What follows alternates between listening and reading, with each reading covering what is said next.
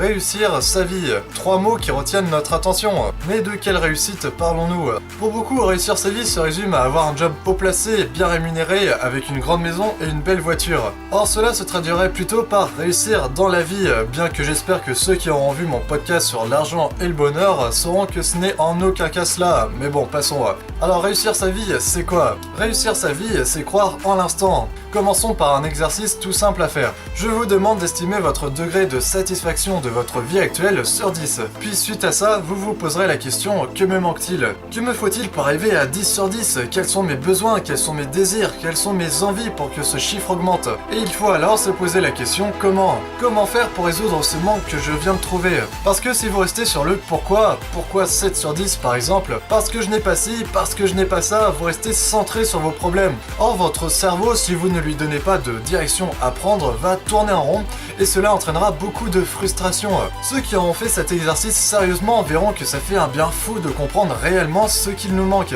Car malheureusement, de nos jours, l'humain ne s'arrête même plus pour réfléchir sur sa propre vie. La personne que vous êtes aujourd'hui est le résultat des choix que vous avez fait dans le passé, inconsciemment ou non. Je vous propose une métaphore qui pourrait vous aider. Lorsque vous décidez de construire un mur, vous ne commencez pas par construire un mur. Il ne faut pas se dire: je vais créer le plus beau et le plus magnifique mur qui n'a jamais été construit. Il ne faut pas commencer par là. Il faut plutôt se dire: aujourd'hui je vais poser cette brique de la meilleure façon qui soit et faire ceci tous les jours. Nous avons tous vécu dans le passé des situations plus ou moins douloureuses. Nous avons tous voulu à un moment donné ou à un autre qu'elles ne se soient jamais passées et qu'on soit toujours bien et heureux, mais la réalité n'est pas comme ça. La réalité, c'est que ces situations ont bel et bien existé et qu'on ne peut rien y changer. Par contre, ce qu'on peut changer, c'est notre façon de voir ces situations et de se poser les bonnes questions. Notre qualité de vie dépendra des questions qu'on va se poser, comme quelles leçons peut-on en tirer? Il ne suffit pas d'être intelligent ou diplômé pour réussir. Il faut avant tout trouver sa place, comprendre ce qui est important pour nous enrichir et enrichir le monde qui nous entoure.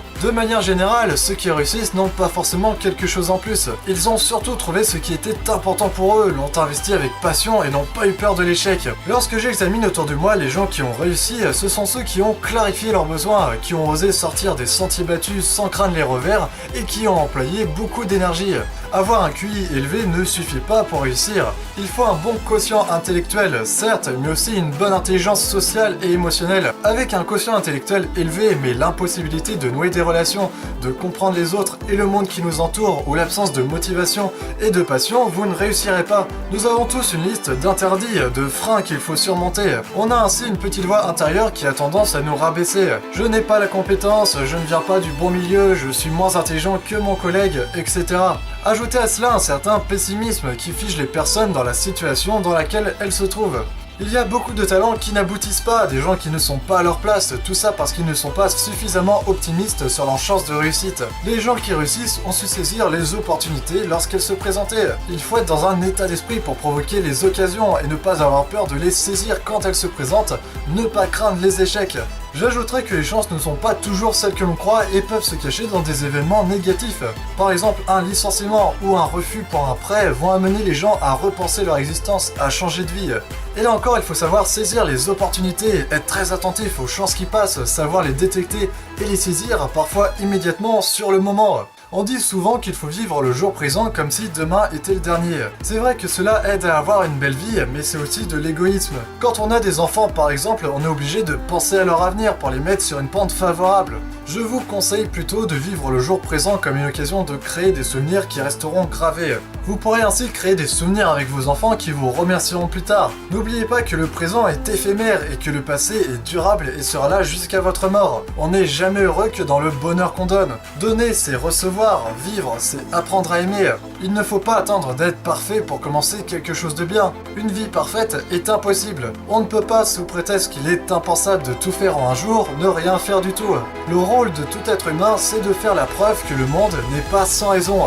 Nous avons tous autant de raisons de vivre que de quoi vivre. Beaucoup de retraités aujourd'hui se ruent vers les associations, voyagent et s'occupent à 1000 activités se remplissant des agendas de ministres, car ils ont compris que l'inactivité à long terme est mortellement ennuyeuse, destructrice et sans aucun charme. La vraie saveur du repos ne ne s'apprécie qu'après une période d'intense activité. C'est pour cela qu'il faut savoir oublier son âge. Quand on est jeune, on est toujours trop jeune, et quand on est vieux, on est toujours trop vieux. N'oubliez pas qu'on est tous des enfants dans l'âme, quel que soit notre âge. Et puis l'espoir, bien sûr, le propre de l'homme. Il faut avoir besoin de rêver, que demain sera meilleur qu'aujourd'hui, avoir toujours de l'espoir. Sortez et tâtez le pouls de la société, plutôt que de laisser celle-ci enterrer vos rêves par son influence. Ne vous découragez jamais, disciplinez-vous, évitez de vous éparpiller, insistez, soyez constant, persévérant. Soyez fiers de vos réussites et acceptez vos échecs, car ils sont souvent instructifs. Il ne faut pas se plaindre, mais agir. Les verbes qui me viennent à l'esprit sont réfléchir, observer, réaliser, oser, raisonner, vouloir, agir. Il ne faut pas avoir peur d'aller de l'avant. La seule chose dont nous devons avoir peur, c'est de la peur elle-même. Il ne faut pas avoir de regrets. Il faut oser être soi-même, suivre sa raison d'être, faire ce que l'on aime, être satisfait de notre vie, ne pas douter et ne pas stresser. La personne que vous serez dans le futur dépend des choix que vous allez faire à partir de maintenant. On vit tous dans notre monde intérieur en priorité et on interprète. On ne voit pas le monde tel qu'il est, tel qui nous entoure, mais on voit le monde tel que nous avons appris à le voir au travers des adultes de notre enfance.